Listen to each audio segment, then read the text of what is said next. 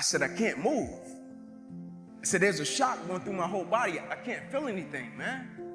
I still remember the day I was in the film room watching film, and I was watching the California Bears, and my defensive backs coach, Larry Slade, came in the room. He said, Inky Johnson, I got some good news for you. And I dropped the clicker, and I said, Coach, what is it? He said, son, you're a projected top 30 draft pick. He said, all you have to do is play these next 10 football games. You're an automatic multimillionaire. I ran out of the room. I got on the phone. I called my mother and my grandmother. I said, listen. I said, after this season, our lives are about to change forever. And little did I know our lives were really about to change. First game, we come out, play against California Bears. I get an interception. We shut them down. We get the victory. Second game, we're playing against Air Force. It gets late in the game, found ourselves in a dogfight. And I approach the tackle like I approach any other tackle. And the way I'm approaching it, either I'm going to knock you out or you're going to knock me out. I'm 165 pounds. I can't play with anybody. But at the point of contact, when I hit this guy, something different happened that had never happened to me before in my life. I hit him, and it seemed as if every breath in my body left. My body went completely limp. I fell to the ground. I blacked out.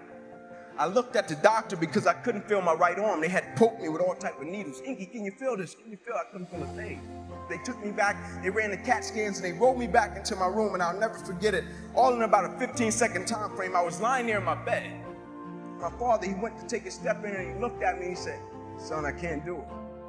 And he walked out. My mother, she came in. She was running. She kissed me on my forehead. She said a prayer. She said, Ink, everything is going to be okay. And she ran out. And as soon as my mother stepped outside of the room, the doctor rushed in from the opposite side, and he said, hey, get in here. We got to rush this guy back to emergency surgery. He's about to die. I said, what? I said, my mom just told me everything was going to be okay. He said, son, what happened? You have busted up subclavian artery in your chest. You're bleeding internally. Have to rush you back and take the main vein out of your left leg and plug it into your chest in order to save your life. And when I woke up from recovery, the same doctor was standing over me. He said, Inky, I have some good news and some bad news for you. I said, you got some bad news for me? After telling him I was about to die, I'm still alive. How bad can it get? I'm still here. He said, the good news is, son, we saved your life. I said, thank you, sir.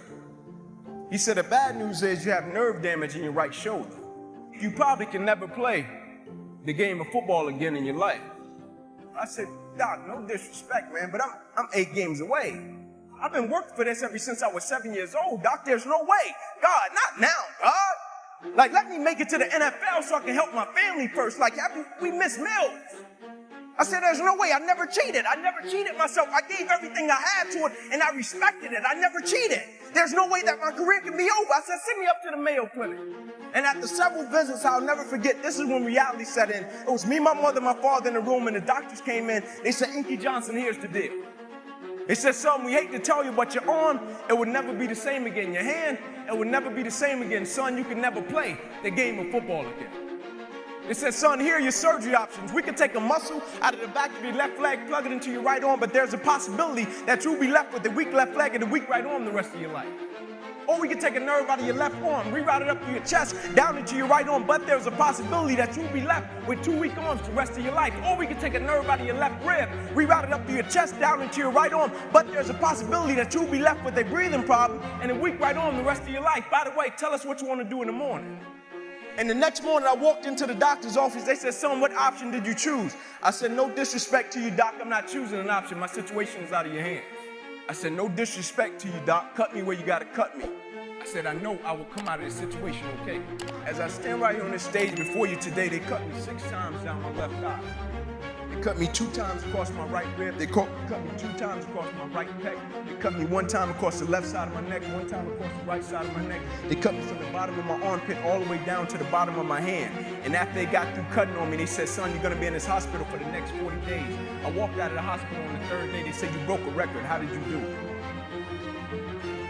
And I said, first and foremost, the thing I want y'all to understand, I would never let a circumstance or a situation define my life.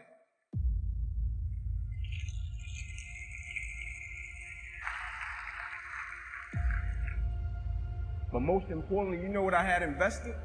I had sweat equity. I had been working my whole life.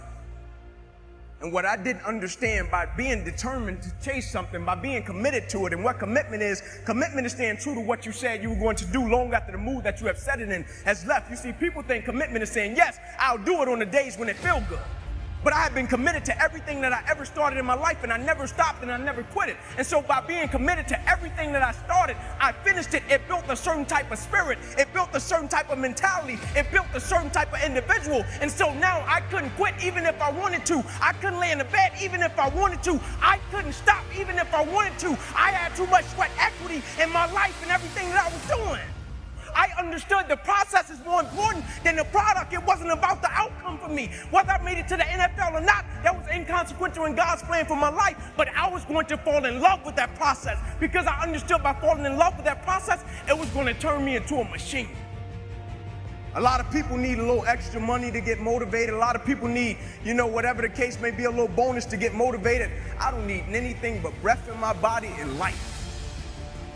And every day I wake up, I understand I got 2 children depending on me. I understand I got a wife depending on me. I understand I got a world that needs me. The reason I go at life with the passion and the zeal that I go at it with is because I understand every day of my life is somebody in the world that is dependent on me. It may not be you, and if it's just about you, you're in trouble because I'm telling you, you're gonna hit something in life that's a lot tougher than you, and it's gonna test your will and it's gonna test your heart. And if it's just about you and if it's just about the product, it will crush you. Every day I get up, I understand it's somebody in the free world that's looking at me to see if I'm gonna keep going, and so I can't quit. And so I went back to school the next week after they had just saved my life. I was back in class. I had to learn how to write all over again. Had to learn how to walk all over again. Had to learn how to tie my shoe all over again. Had to learn how to bathe all over again. Had to learn how to live life all over again. Never one time did I say, let me go home, I need a break. You see, the thing we have to understand about everything that we're a part of, first and foremost, it's a blessing by God. And when it's a blessing, you can't help but to give everything you got to it. My life got saved. I got spared my life. I almost died. The doctor came to me on the field. He was on one knee and he grabbed my wrist and he said, son, you don't have a pulse. I don't even know how you're still living. The thing about it, my wound, like you can see this. You can see my arm. My wound is visible. But it's a lot of people in this room that are wounded and you can't see it. And it's internal. And so the opportunities that we pass up to be a blessing to other people, we can save their life with just one encounter. In my last doctor visit, they came to me and they said, sorry, Inky Johnson, you will never be able to use this arm and hand again in your life. I said, no disrespect to you, doc, but I will use this arm and this hand every day for the rest of my life by the way that I live my life. Every day, I'm going to impact someone's life. Every day, I'm going to empower someone. Every day, I'm going to inspire someone. Every day, I'm going to encourage